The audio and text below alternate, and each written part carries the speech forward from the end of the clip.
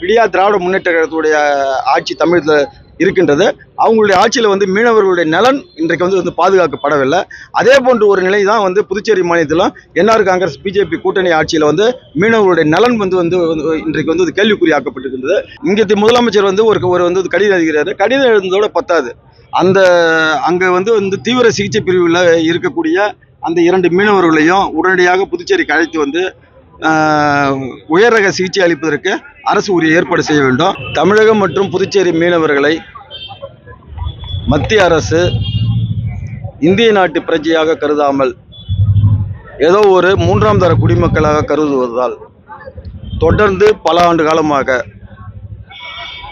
தமிழகம் மற்றும் புதுச்சேரி மீனவர்கள் இலங்கை அரசால் தாக்கப்படுவதும், துப்பாக்கிச் சூட்டில் அவர்கள் மீது நடத்தப்படுவதும், அவர்களை கைது செய்து சிறையில் வைப்பதுமாக இருக்கின்றனர். தொலைநோக்கு சிந்தனையுடன் இதை பார்த்தால் சீன நாட்டின் கைக்கூலியாக செயல்படும் இலங்கை அரசானது இந்திய அரசின் மீது ஒரு மறைமுக போரை கடந்த சில ஆண்டுகளாக நடத்துவதற்கு ஏதுவாக மீனவர்கள் மீது துப்பாக்கிச் சூட்டு நடத்துவதை வாடிக்கையாக கொண்டுள்ளது. இதை மத்திய அரசு உரிய கண்காணிப்புடன் உரிய நடவடிக்கை எடுக்க வேண்டியது மத்திய அரசாங்கத்துடைய கடமை. இன்றைக்கு காரைக்கால் மாவட்டத்தைச் சேர்ந்த 13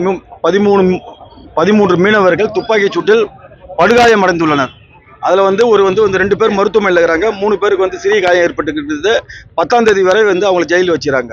இங்கே முதலமைச்சர் ஒரு கடிதம் எழுதுகிறாரு. கடிதம் எழுதுனதோட பத்தாது, அங்கே தீவிர சிகிச்சை பிரிவில் இருக்கக்கூடிய அந்த 2 மீனவர்களையும் உடனடியாக புதுச்சேரிக்கு அழைத்து உயர் ரக சிகிச்சை அளிப்பதற்கு அரசு உரிய ஏற்பாடு செய்ய வேண்டும்.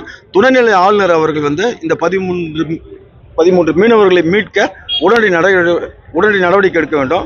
தமிழகத்தில் மாண்புமிகு எடப்பாடியார் அவர்களுடைய ஆட்சியின் போது மீனவர்களுடைய நலன் பாதுகாக்கப்பட்டது. இன்றைய தினம்